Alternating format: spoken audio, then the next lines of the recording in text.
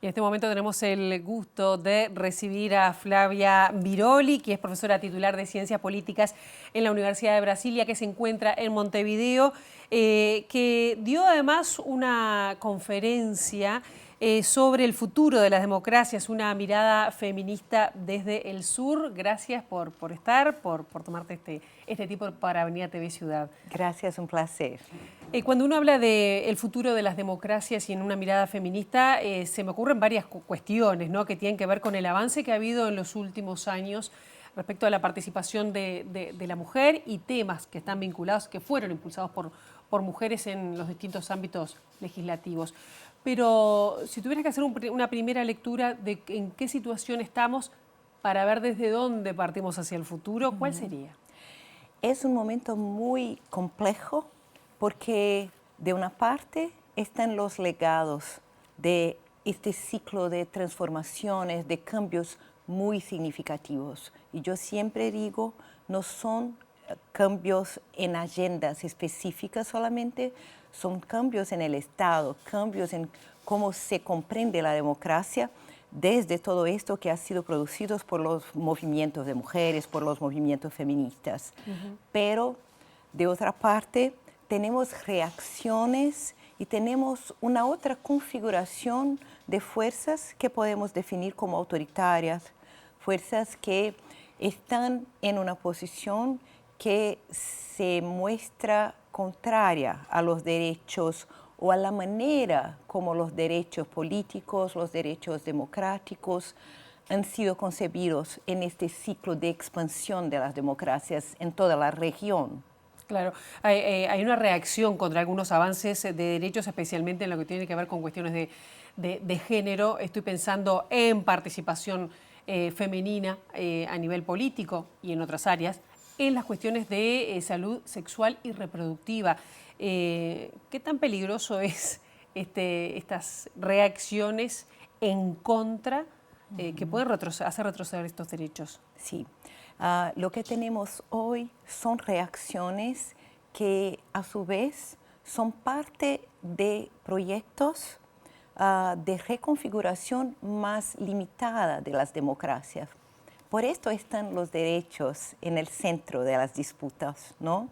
Claro que cuando se hablan de los derechos reproductivos, de los derechos sexuales, los conflictos no son de hoy, pero con los avances que hemos tenido o en algunos países con una situación que llega muy cerca de la posibilidad de avanzar en las leyes, lo que vemos hoy es una reorganización de sectores de la sociedad que comprenden que esto estaría como que más allá de un tipo de orden social que les parece más adecuada.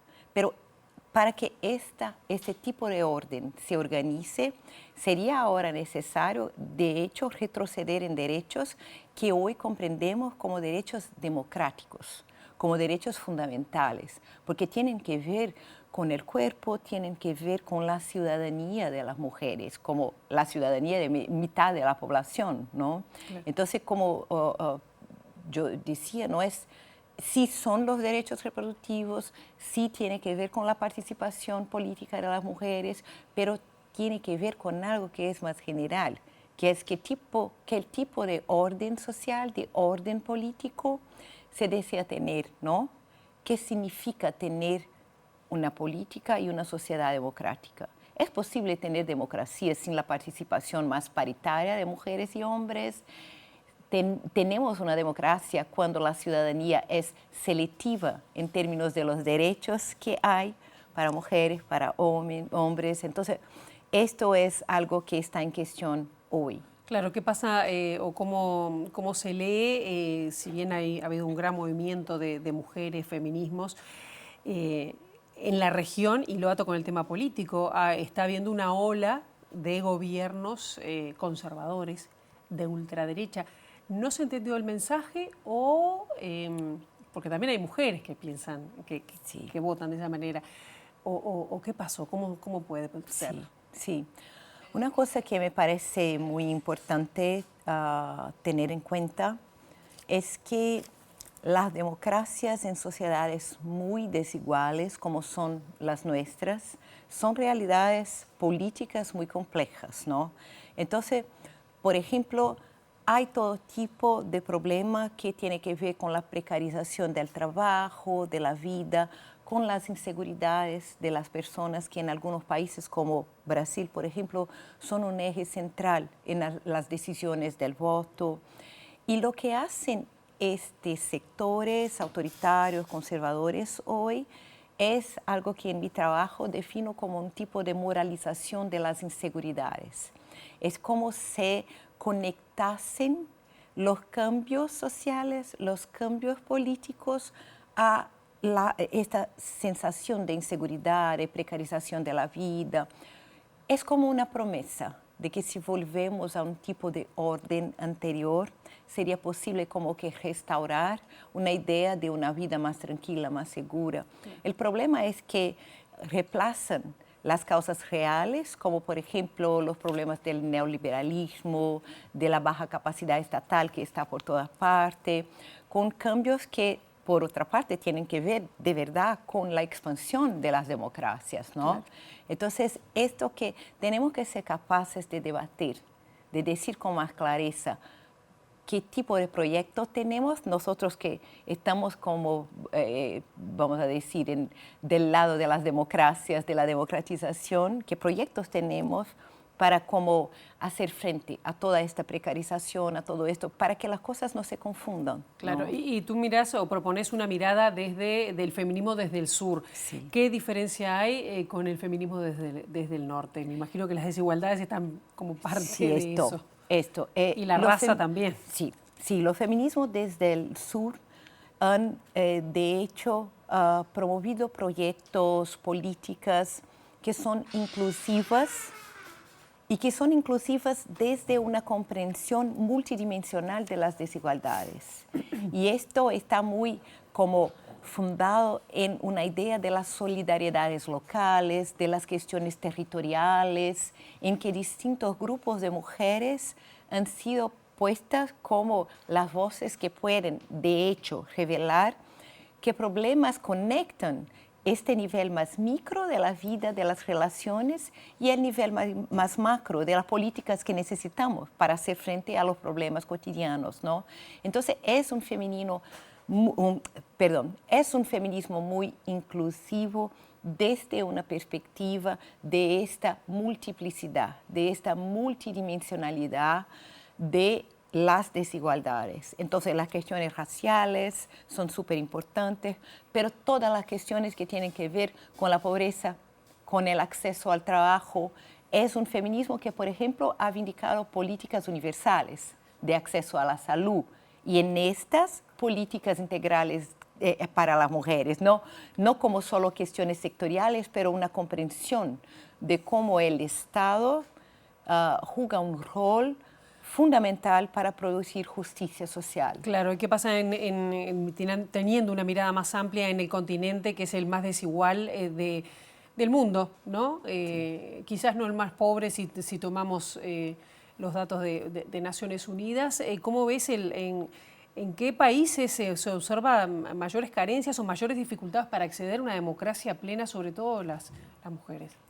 Los países de América Central y de Caribe son hoy países en que no solo las desigualdades son muy agudas, muy grandes, pero también las formas de la violencia en las sociedades han justificado alternativas autoritarias de poder, ¿no? Entonces, no que no existan problemas muy serios en países de América del Sur, también México, pero tenemos que mirar con más, más atención a América Central, también porque las configuraciones que aparecen de la política vis-a-vis las cuestiones de desigualdad y de violencia nos dan como un aviso de las alternativas que también se ponen sobre la mesa en América del Sur y en México. ¿En qué te referís, por ejemplo? Por ejemplo, me refiero a El Salvador, y ya como Bukele hoy representa como una alternativa, pero tenemos que ser claros, una alternativa autoritaria de respuesta, un tipo de respuesta que sabemos que no tiene nada que ver con justicia, claro, con tener en cuenta los distintos sectores de la sociedad, pero esta idea de que una respuesta a mano dura sería lo que se necesita en sociedades en que las solidaridades se van esgarzando, ¿no? Se van como deshaciendo. Sí. ¿Cómo sigue esto? Es decir, ¿cómo con una mirada, no sé si esperanzadora, pero bueno, si queremos tener una democracia plena, ¿qué pasos tendríamos que dar? No solo desde los feminismos, pero sobre todo desde ahí, porque esto también se construye con todas las personas, ¿no? Sí, sí. Para una sociedad más plena. Sí, yo pienso que primero es aceptar que las democracias son inclusivas o no son. Esto es algo que entonces es complejo, es difícil, pero este carácter inclusivo es fundamental para que se construya algo.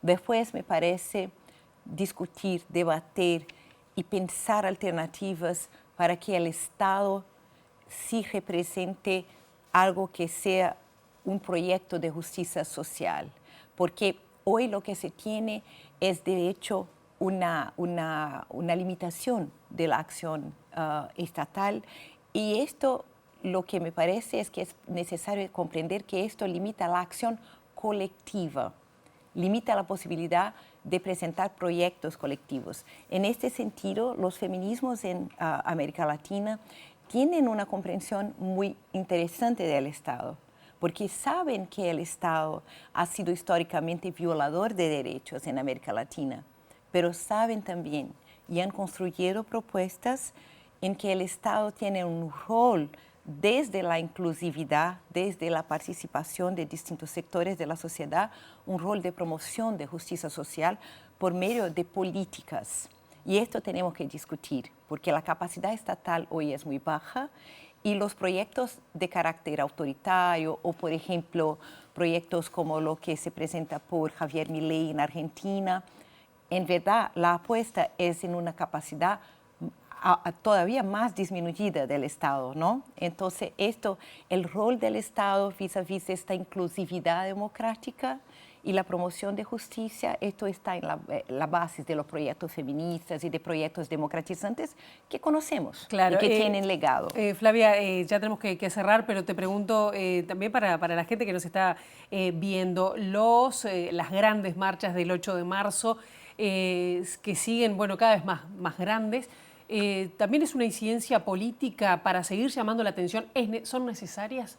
Sí, sí, porque hay algo de las políticas feministas que está en las marchas y que es muy importante, que es la posibilidad de hacer visible el tipo de problema que está en el cotidiano de la vida. Entonces, lo que hacen las marchas es dar visibilidad, conceder visibilidad a los problemas cotidianos y, como yo decía, conectar el micro de los problemas, de lo que pasa con los cuerpos, con las relaciones, a lo que es necesario hacer en términos políticos, ¿no? Es una manera de politizar, dejando claro que es necesario que se haga para que una sociedad sea justa, sea democrática. Cambian los debates, se puede cambiar la política también, como sabemos. Flavia Biroli, muchísimas gracias por estos minutos y bueno, por estar por Montevideo hablando de todo esto también. Gracias. No, Pilar, muchas gracias, un placer. Hacemos una brevísima pausa y seguimos con más MBD Noticias.